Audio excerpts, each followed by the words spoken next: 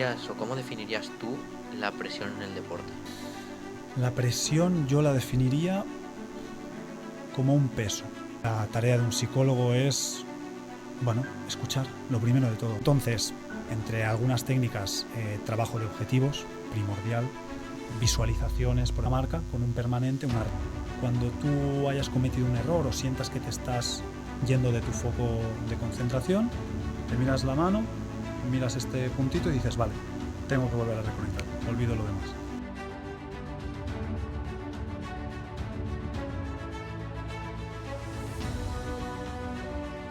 Bienvenidos a todos a un nuevo episodio de Desblog.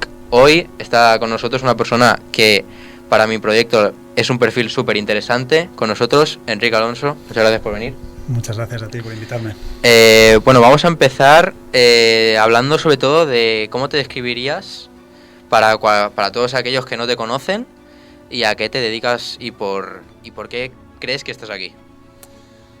Me describiría como una persona bien equilibrada entre lo tranquilo, lo paciente, la pausa y ese nervio, esa energía, esas ganas de hacer cosas. Soy una persona muy cercana, al menos la gente que me rodea siempre me lo recuerda, y es una cualidad que me gusta. Yo te conozco porque entrenamos en el mismo sitio, hacemos judo los dos, y me gustaría que me dijeras ¿cómo empiezas en el judo? Porque nos conocemos del Lowis, pero yo sé que tú tienes mucha más trayectoria que yo. ¿Cómo empiezas en el mundo del judo? Pues mira, yo empiezo con 5 años en el judo, tengo 29 ahora. Yo empiezo con 5 años en mi colegio, en el colegio en el que voy desde parvulario hasta cuarto de la ESO. Yo empiezo pues P5, lo que es ahora infantil 5. Empiezo con 5 añitos allí en el cole, que era una extraescolar, algo lúdico, algo más de juego, de aprender un nuevo deporte y demás.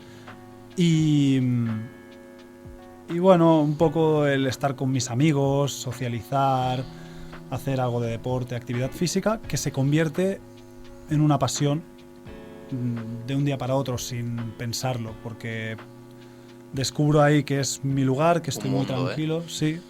Y bueno, pues van pasando los años, desde I5 hasta sexto de primaria. Muchos de mis amigos se van yendo de la actividad extraescolar, yo me voy quedando solo, pero sin embargo me sigo quedando porque siento que es mi sitio. Y llega ese punto en el que muchos coles lo viven, que es, esto es una actividad extraescolar, si quieres seguir haciendo este deporte a lo mejor tienes que emigrar. Y irte a un club que sí que entrene y no lo tomen solo como extraescolar. Exactamente. Si yo quería quedarme ahí, pues hubiese zanjado, cierro la etapa y me voy. Pero yo quería seguir, quería llegar hasta cinturón negro, quería competir, entonces me tuve que buscar un club. Por suerte mi entrenador fue alumno en su día del Lowis, que es el club donde nos hemos conocido tú y yo. Sí. Y pues ahí mudé y entonces seguí con este deporte. ¿Y tú de pequeño solías competir? Sí, yo competí desde que empecé el mismo año. Me acuerdo... ¿Desde que entraste al Lowis empezaste a competir? Desde que tenía 5 años. Ah. Yo cuando empecé con 5 años ya empecé a competir. Yo no tengo el recuerdo, pero mis padres siempre me explican esta anécdota de que yo llevaba a lo mejor 3 meses haciendo judo, no sabía nada como aquel que dice. Y había una competición escolar, entiéndeme, es una competición de menos nivel, pero para mí era todo un mundo porque al final acababa de empezar la actividad. No sabía más que una llave, una técnica.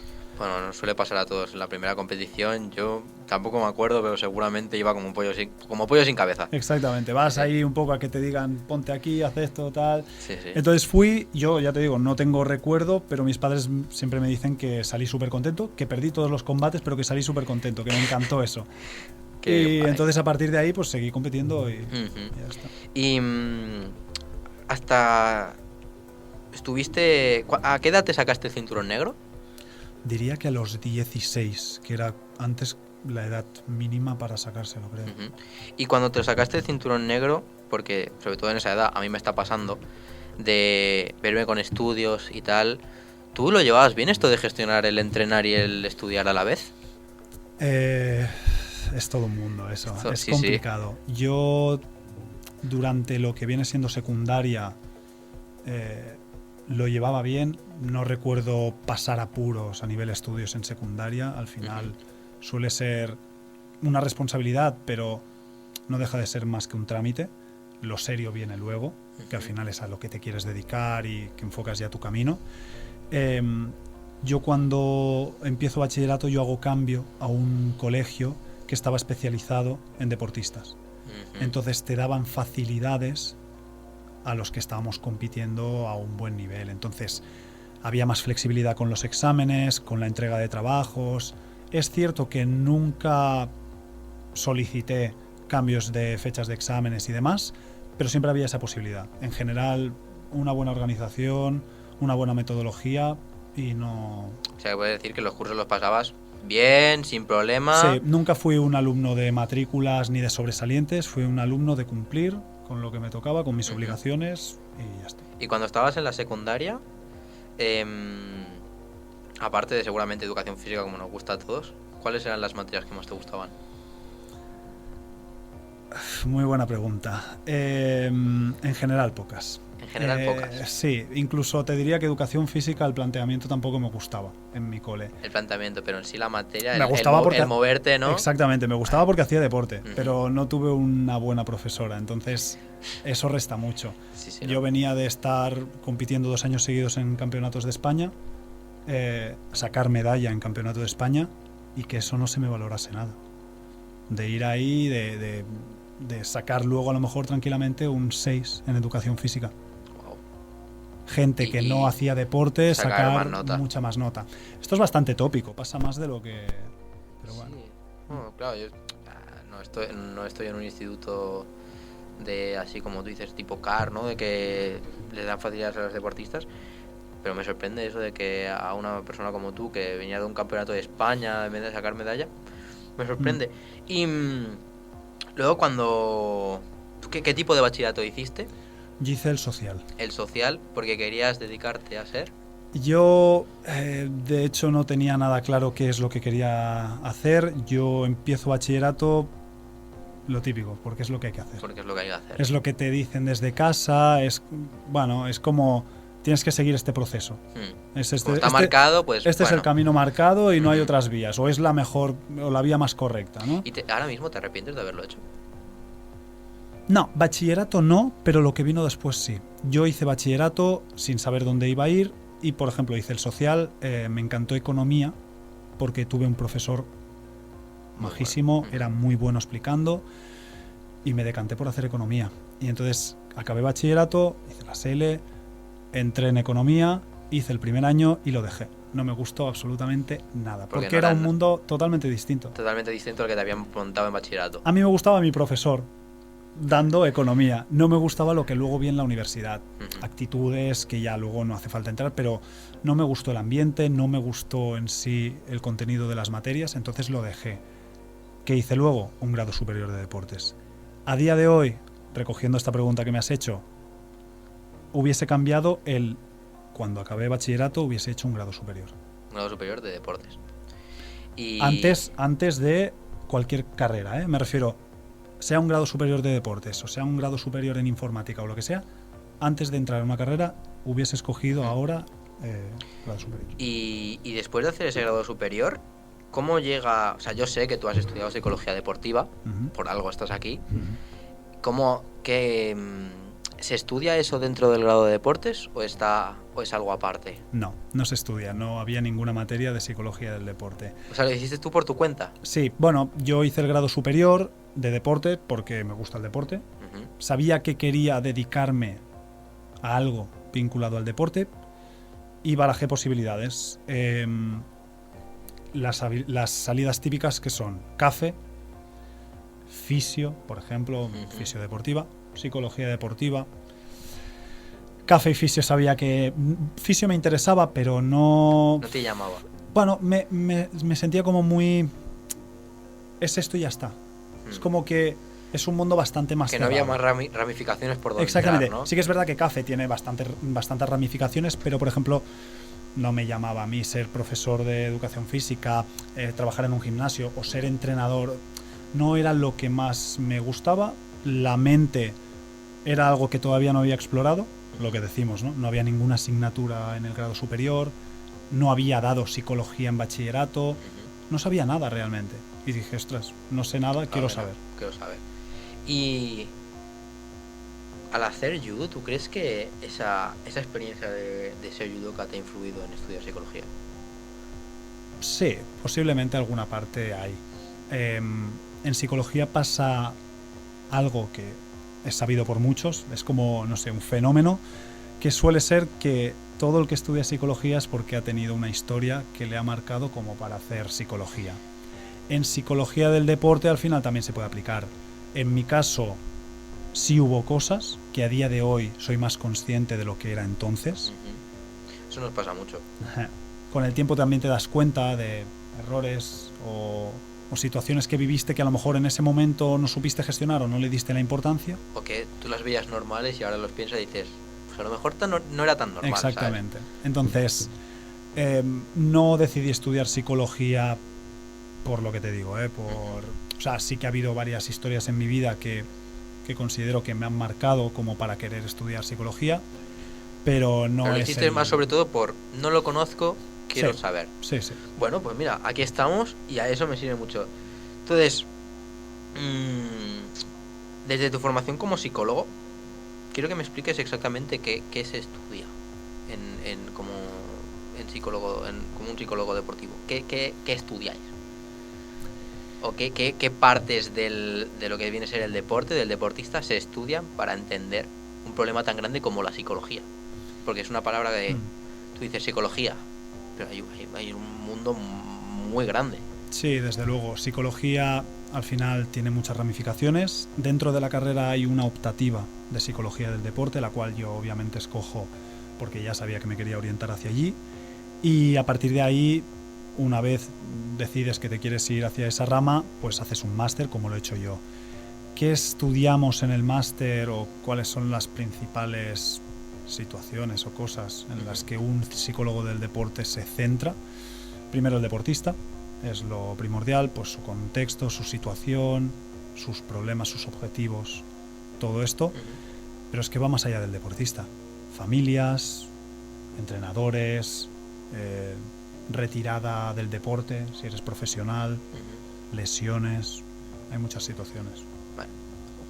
Siguiendo un poco lo que estábamos hablando, de toda esa formación que os dan a los psicólogos, bueno, a los futuros psicólogos, ¿qué definirías o cómo definirías tú la presión en el deporte? Buena pregunta. La presión yo la definiría como un peso. Un peso. Tú puedes levantar peso y puede ser ese peso muy ligero o de una intensidad más alta. A veces, por poner una situación bastante simple y básica, pero a veces tienes que llevar las bolsas de la compra porque tienes que ayudar a tu abuela. Y en verdad ese peso lo estás llevando tú, pero viene por otra persona. Entonces, a lo mejor no eres el que en verdad lo tiene que cargar, pero te lo sumas. Exactamente. Como por ejemplo si ayudas en un press de banca y ya el otro se queda que no sube y tienes que ayudarle tú a levantar. Y eso voy a enfocarlo a lo que viene a ser el deporte. De lo que yo me he podido informar, pues desde este trabajo llevo ya varios meses, he descubierto un mundo muy grande y cosas que yo no sabía. Por ejemplo, conceptos como presión interna y presión externa. Esto yo tengo una definición muy básica de lo que he podido encontrar por internet, pero me gustaría que me explicaras qué es exactamente una presión interna y la presión externa. Claramente yo me puedo hacer una idea de presión interna viene de uno mismo y externa viene de pues cualquier otro factor, pero quiero que tú me lo puedas explicar algo mejor. Sí, recogiendo un poco lo que te decía, ¿no? Esto del peso, ¿no? De lo que hablábamos. A veces te viene de fuera, como hemos dicho, ¿no? A veces es un peso que realmente no te corresponde, pero tú estás ahí y lo levantas. Y a veces eres tú el que decide que vas a levantar ese peso o que tienes ese peso con el que cargar. Presión interna y externa, como bien has dicho, interna viene de uno, externa viene de fuera. Pero a mí siempre me gusta aclarar algo, que es que la presión interna viene de la presión externa que hemos recibido. Me explico. Si yo, de pequeño, como deportista, recibo mucha presión de mis entrenadores, de mis padres y demás, esa presión interna viene porque a mí me han presionado mucho y eso es lo que yo conozco. Entonces realmente la presión interna viene de esos patrones que hemos adoptado por cómo nos han educado o por cómo nos han gestionado. Joder, sí. Bueno, ahora lo pienso, echando un poco la vista atrás de lo que a mí me ha podido pasar. Tiene toda la lógica del mundo.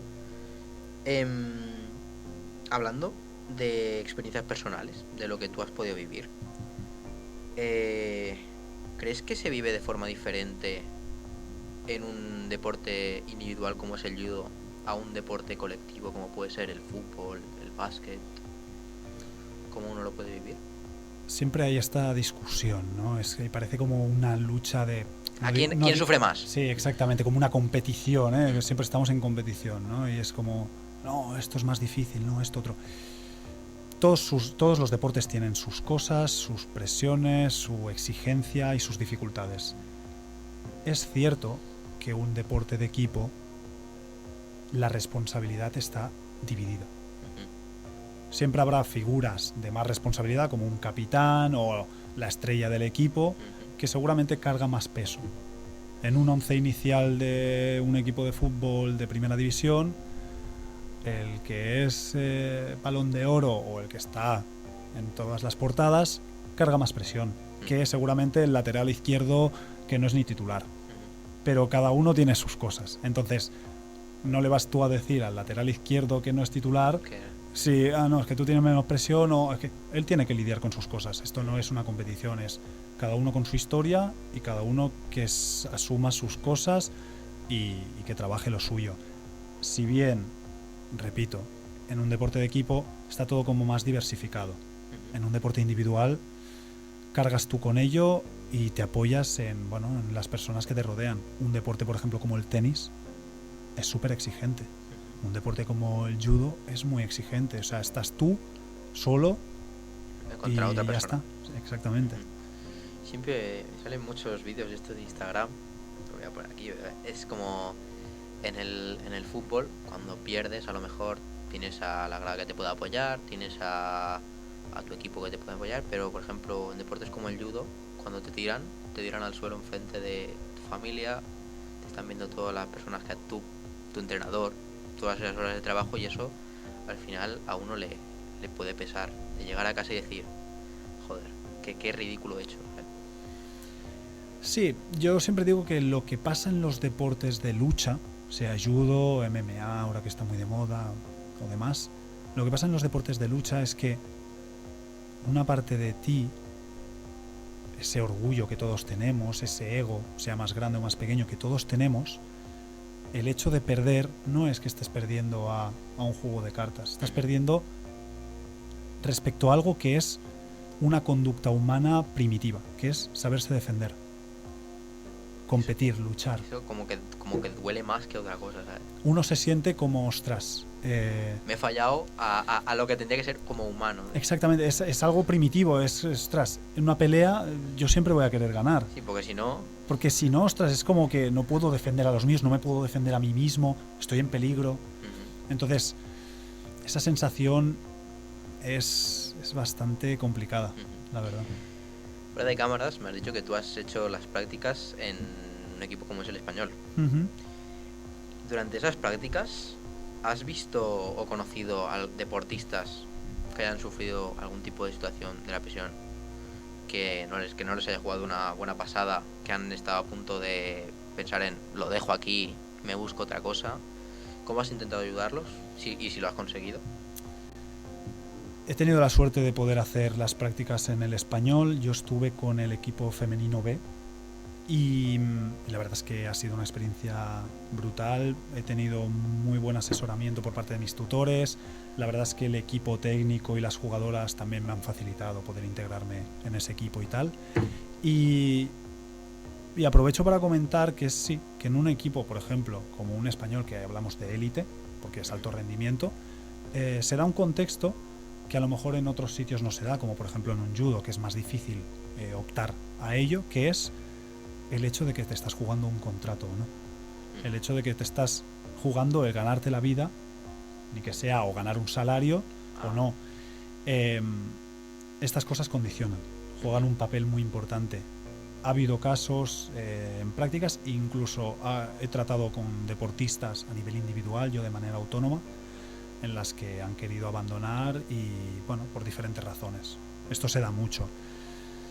Al final, la tarea de un psicólogo es, bueno, escuchar, lo primero de todo. Es que a veces se nos olvida que es... Lo más humano. Sí, a veces un psicólogo en general quiere aportar 100.000 herramientas. Buah, te voy a dar esto, te voy a dar lo otro. No. Primero escucha.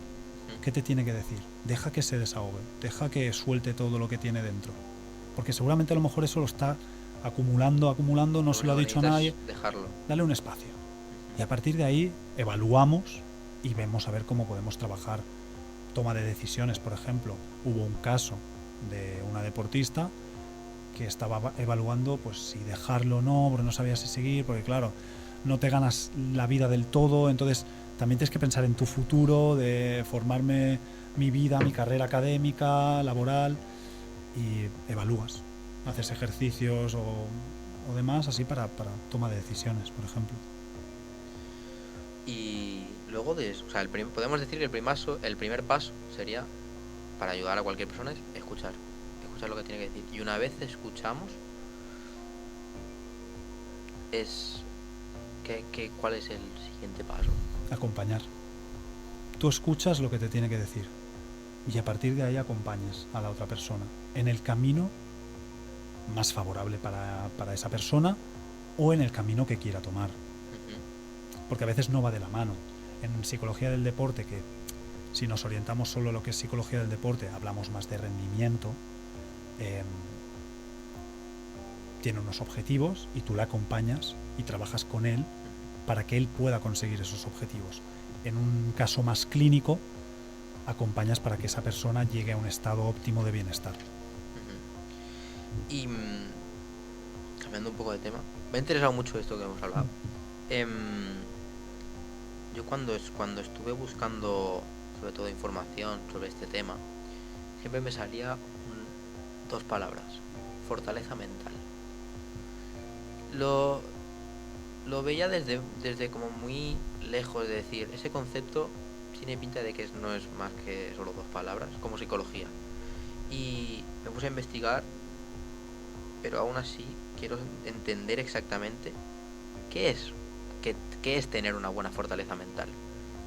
¿Cómo diferencias a un deportista que es débil mentalmente a uno que es fuerte? Yo, lo de fortaleza mental, cada uno recoge las palabras y los conceptos como quiere.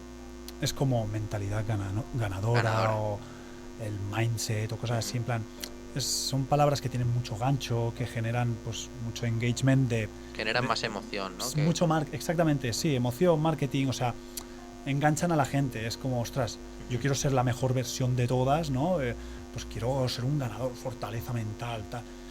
Enganchan mucho. ¿Qué diferencia a alguien con una fortaleza mental, si entramos en ese término, a alguien que no? ¿En qué se nota?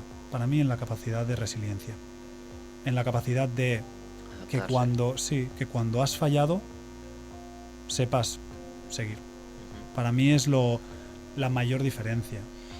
Y esta ahora voy a dejar de utilizar fortaleza mental, voy a hablar de resiliencia. Esta resiliencia se practica, o sea, parte de vuestro trabajo es enseñar a esos deportistas a tener una capacidad más alta de resiliencia. Sí, porque al final la resiliencia no deja de ser una gestión del error, de la frustración, de, ostras, me equivoco o me pasa algo negativo, porque no tiene por qué ser solo que lo haya hecho yo, a veces bien externo, pues sigo para adelante. Entonces, esa capacidad de que tú gestiones esa frustración de he cometido un error o ha pasado esto y me involucra y lo considero como un error y tal, todo esto se puede trabajar. Y desde la formación vuestra, ¿qué herramientas utilizáis aparte de escuchar, aparte de apoyar y conducir a esa persona hacia el camino correcto? ¿Qué herramientas estáis aprendiendo para ayudar a los deportistas? Algo muy genérico para que lo podamos entender todos.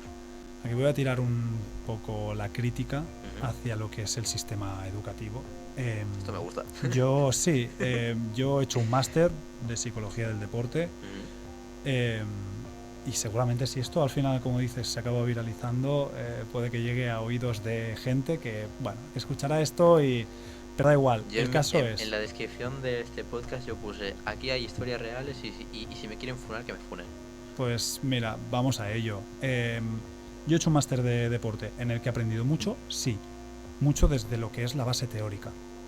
A nivel Claro. práctico, poquito, poquito. Es decir, te dicen mucho lo que hay, pues mira, esta técnica, esta otra, vale, pero no las hacemos. O sea, no las probamos. Eso llega cuando tú te tiras a la piscina. O si tienes la suerte como yo, que no todos mis compañeros lo han tenido, que te toquen unas buenas prácticas con un buen tutor que te asesore, que te guíe, que te enseñe y que te deje practicar. Entonces, entre algunas técnicas, trabajo de objetivos, primordial, visualizaciones, por ejemplo, gestión del error, de frustración. Podríamos entrar en cosas más específicas, por ejemplo, a mí me gustó mucho un psicólogo que tuvimos en el máster que nos explicó cómo trabajó con un deportista para tema de rutinas y para tema de que no, bueno, si te equivocas o tal, seas capaz de volver a reconectar con dejo de sobrepensar hasta esto y vuelvo a conectar. Algo tan simple como, por ejemplo, ponerte una marca con un permanente, una redonda o algo en la mano. Cuando tú hayas cometido un error o sientas que te estás yendo de tu foco de concentración, te miras la mano, miras este puntito y dices, vale, tengo que volver a reconectar, olvido lo demás. Wow. Cosas que a veces son muy Sí, simples, parece como sí, lo más básico del mundo. lo más básico del mundo, pero bueno, todas estas herramientas, por pequeñas que sean, Ujú. guían a un deportista. Por ejemplo, en momentos como, en nuestro caso, competición. Este fin de hay competición. ¿Cómo salimos al tatami?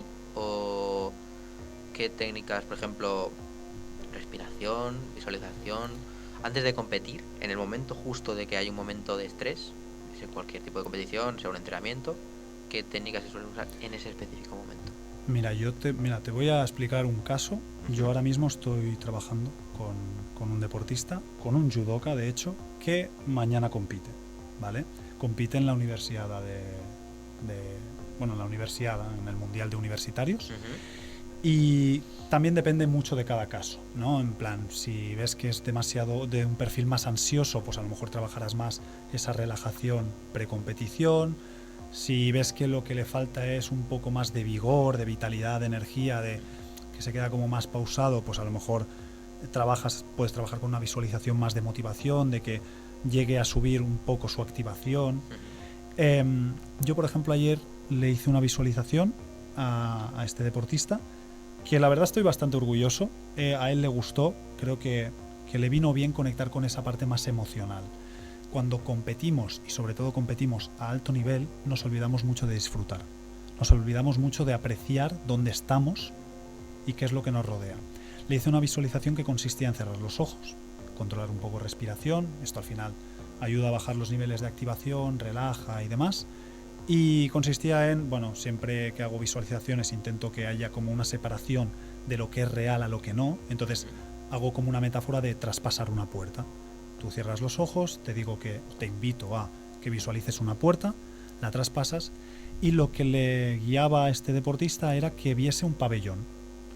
En las visualizaciones lo que se tiene que tener muy en cuenta es no condicionar o condicionar lo mínimo posible. Es decir, si yo te digo visualiza un pabellón, tú vas a empezar a ver tu pabellón, el que tú hayas escogido, que puede ser medio ficticio, medio real, pero tú empezarás a ver eso. Pero si yo te digo, visualiza el pabellón de Mundet y tú de repente te ibas a ir al pabellón de Santiago de Compostela, me lo invento, pues entonces ya te condiciona, entonces pierdes un poco la concentración. Entonces yo le invitaba a que visualizase un pabellón y que en el medio del pabellón había un banco y un telón delante, un telón de los de teatro. Entonces le hacía sentarse en ese banco y cuando se abría el telón aparecía un tatami vacío. Y de repente se acercaba un niño pequeño hasta el centro del tatami. Y ese niño pequeño era él de pequeño. Wow. Y tenía que visualizarse a él de pequeño en su primer día de judo, por ejemplo. Estoy quedando loco, ¿eh? Entonces, lo conduces hacia que vea eso, ¿no? Mírate a ti, de pequeño. Esa ilusión del primer día de judo, de esa novedad, esa inocencia, de no sabes qué es esto exactamente, pero, ¿no? Y entonces lo guías un poco y lo que le pides es que salude a ese yo de pequeño, que conecte con esa parte más de niño, esa ilusión, esas ganas, que agradezca. Entonces cerrábamos el telón, se volvía a abrir y salía él, pero de adolescente. Entonces, bueno, haces un poco la comparativa. Eres tú, pero ahora más competitivo, más exigente, has cometido errores, pero también has acertado mucho, has tomado decisiones difíciles, has tenido retos, has perdido mucho, pero también has ganado mucho. Entonces, que conecte un poco con su pasado, con su trayectoria, que agradezca, que vea de dónde viene y dónde está, que sepa parar, porque el problema que tenemos hoy en día es que no sabemos parar, que vamos con el piloto automático y hoy estoy aquí, mañana tengo que ir a tal sitio, vale. Y un día de relajado ya es como, algo estoy haciendo mal. Exactamente, párate. Estás en una competición que ¿cuántos pueden decir que han ido? Un mundial universitario. Muy pocos. No es cada año, es cada 4 años, creo, sí. Y sobre todo que a nivel universitario, a menos que estés estudiando carreras toda la vida, no vas a tener siempre la oportunidad, que primero te lo tienes que ganar y luego que se dé, que coincida, que... Entonces, bueno, hicimos esa visualización un poco de trabajo, ¿no? Entonces al final era él, se ponía en el medio del tatami, que se observase a él, que apreciase dónde estaba, que se relajase, que disfrutase de ese momento. Creo que era un ejercicio muy bonito. Me pedías, ¿no? Me decías, hostia, ¿cómo trabajas con algún deportista? Pues, por ejemplo, en este contexto, eso. Un deportista que a lo mejor es su última competición, según lo que me ha verbalizado, pues, oye, mira todo lo que has conseguido, mira dónde estás. Apreciemos esto. Esto 2 días antes de la competición. Hoy le tengo preparada otra visualización, que es una visualización más de motivación, más de éxito, de que se vea a él empoderado, proyectando a alguien. Entonces lo que visualizas es una técnica en concreto que es tu favorita, yo no condiciono, y entonces obsérvala bien, dónde tienes colocadas las manos, y fliparías el poder de la mente, lo que es capaz de hacer. Bueno, hablando un poco de esta anécdota que me has contado de tu deportista, la verdad me he quedado bastante loco. Nunca lo había visto de esa manera y creo que esa técnica de visualización puede servir a mucha gente que nos está escuchando, sobre todo a la gente que es del judo, los seguidores que tengo en Instagram, los pocos seguidores que tengo por ahora, porque esto va a ir para arriba. Ahora quiero hablar un poco de cuál es el motivo por el que yo he creado esto. Yo en el año 2020, en pandemia, con 13 añitos, yo estaba entrenando con mi profesor Víctor, en un gimnasio pequeño en un colegio que se llama Escola Prosperitat. Ahora ha cambiado de nombre y ya no, creo que ya no hay judo. Y en plena pandemia, esa temporada, por diferentes motivos, entrenaba más que nunca, creo que eran 5 días a la semana solo judo, y llegaba a las competiciones, ni quintos puestos, primer combate nos íbamos para casa, y me cargaba una mochila de frustración de decir, mis compañeros sacaban medallas a lo mejor y yo veía que me quedaba atrás. Entonces, ¿qué pasó? Que durante ese periodo a mí me entró como una ansiedad, una frustración que me condicionó hasta el punto de pensar en dejar el judo. Esto, al igual que a muchas personas, es una cosa que yo lo veo como un tópico que pocas veces se habla. Yo después de esa situación conseguí salir gracias a mi entrenador, gracias a mi familia y gracias sobre todo a bastante fuerza de voluntad propia. Pero considero que ha habido gente y que hay gente que no tiene esa capacidad o no sabe cómo reaccionar ante ello. Entonces, de aquí nace mi proyecto. Parte de este proyecto es enseñar a la gente qué técnicas o qué se puede hacer en ese caso.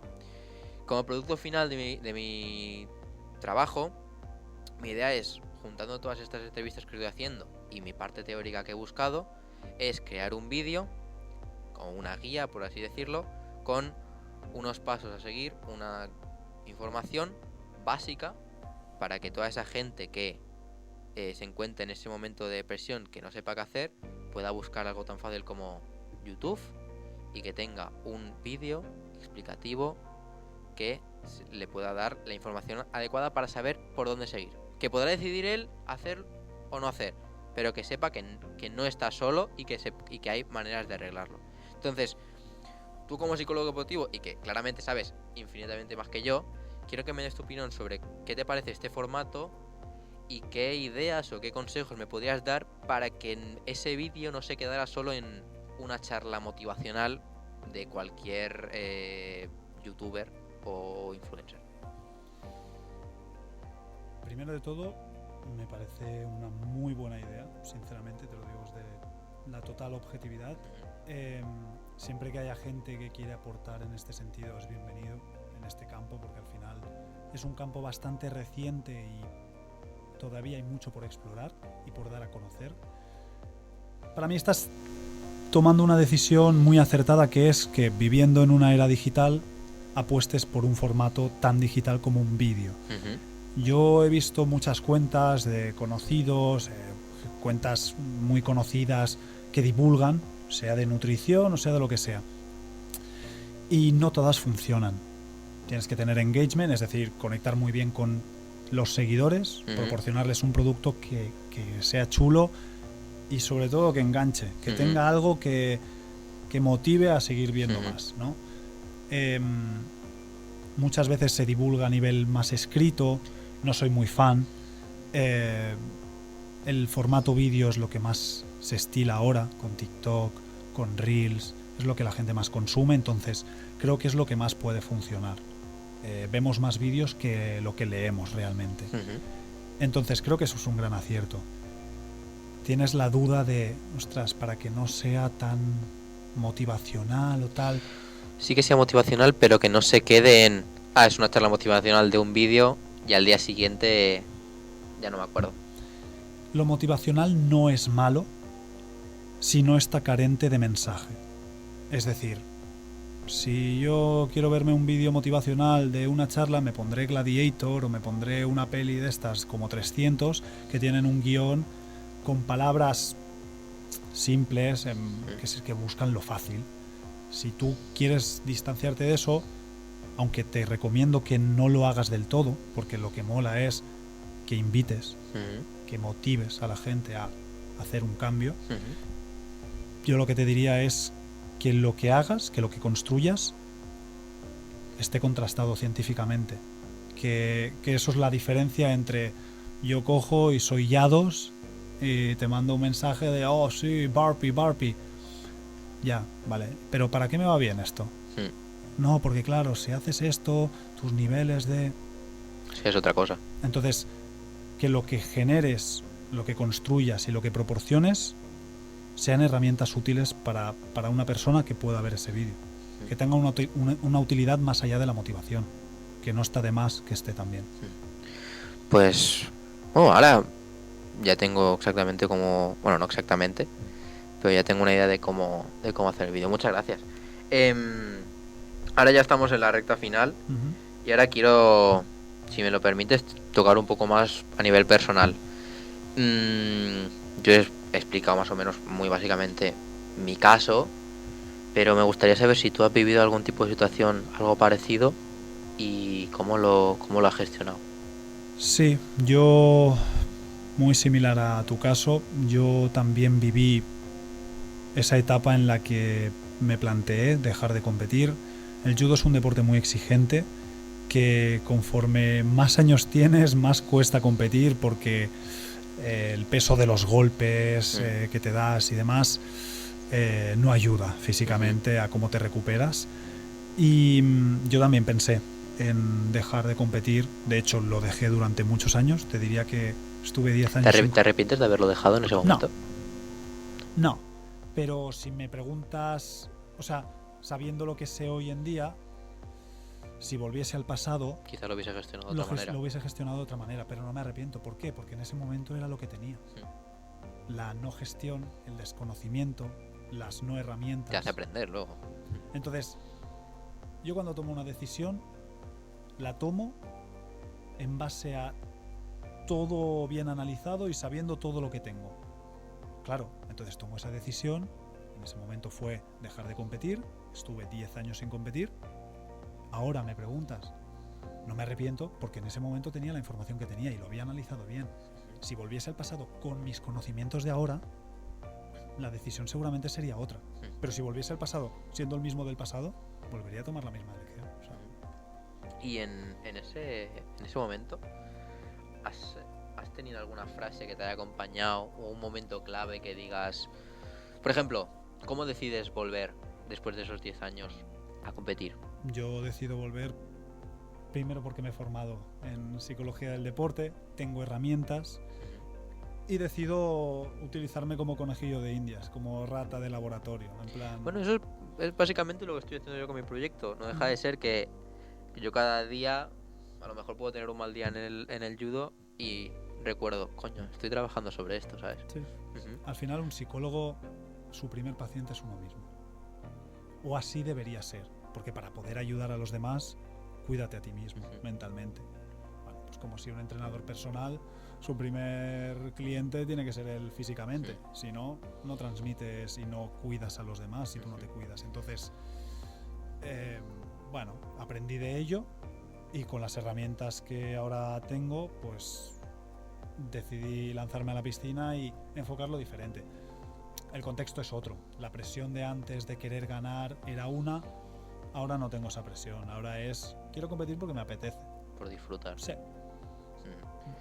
Pensando en ese Enric de hace unos años, ¿qué le dirías a un deportista de 16, 17 años que está empezando en su deporte, que empieza a tener esos primeros contactos con la presión, con el estrés en competiciones? ¿Qué le dirías? Sé que lo que voy a decir puede sonar un poco controvertido para ciertas generaciones o para ciertas mentalidades, lo que decíamos, muy win-win-win. Sí. Mi consejo sería, no pienses en ganar. Wow. Eso rompe con todo lo que te dicen. No pienses en ganar. Ponte pequeños objetivos. Esto en psicología del deporte se trabaja mucho. O sea, ponte pequeños objetivos. Si tú piensas en ganar, estás basando todo tu desarrollo, todo tu trabajo en conseguir ese objetivo. Si tienes pequeños objetivos, ostras, pues voy a intentar, me lo invento, voy a intentar que en el primer combate hacer 2 acciones en las que intente marcar puntuación al otro, porque claro, aquí entramos en un tema que la gente no tiene en cuenta. Si mi objetivo es, quiero ganar la competición, vale, ¿estás tú solo en la competición? No. ¿Cuál es el objetivo de la otra gente? También será ganar, ¿no? Vale, yo quiero ganar, depende solo de mí. Yo puedo hacer lo mejor que tengo, puedo tener mi mejor día, pero claro, tengo obstáculos que son otras personas. Si yo compito solo, es una cosa. Bueno, yo solo, vale. Entonces no es una competición, porque bueno, se queda un poco vacío, ¿no? Sí, ¿no? Pero esos objetivos pequeños, no centrarse en el resultado. Centrarse en el resultado genera mucha más frustración y mucha más presión que no hacerlo. Entonces, ese sería mi consejo. No pienses en ganar. Y no es el mensaje bonito de disfruta. Lo importante es participar. Exactamente, no entro en eso, en esas dinámicas. Entro en saca un aprendizaje de esa competición. Ponte pequeños objetivos que te acerquen a poder ganar. Porque ganar, vale, sí, repito, puedes tener el mejor día de tu vida. Que como otro lo tenga, o 2, o 3. Cuidado, ya está. Sí. Hostia, tío, pues muy bien. Nada, ya solo queda un poco el cierre, que te voy a preguntar, ¿cómo te ves tú de aquí 10 años? ¿Cómo te ves? ¿Cómo me veo? Ostras, profesionalmente me veo siendo ya un psicólogo con un buen recorrido, psicólogo clínico y psicólogo deportivo. No quiero solo embarcarme en lo que es la psicología del deporte, me encanta el deporte, quiero trabajar con deportistas, entrenadores, familias, clubs, pero también me gusta la parte clínica, la parte de los problemas más humanos, donde realmente se necesita mucha ayuda y mucho trabajo. Entonces, Si te soy sincero, soñando un poco, me gustaría tener mi propio centro. Tener mi propio centro, que lo dirija yo y pues con ciertos compañeros, colegas de la profesión, pues que trabajen y colaboren en mi centro y demás. Si no, estar bien asentado y ya está. Qué guay. Y ahora una cosa que he hecho y que pienso hacer durante todos los episodios es que el invitado me haga a mí una pregunta, cual sea, que tenga que ver sobre este proyecto, y yo la voy a intentar contestar. Vale, déjame pensar. Sí, te dejo todo el tiempo. Por ejemplo, para que te hagas una idea, mi mejor amiga Lara, en el primer episodio, me preguntó cómo había gestionado yo la presión y en qué momento había sufrido yo esa presión. Para que te hagas una idea. Pero pregunta. Puedes ir por donde quieras.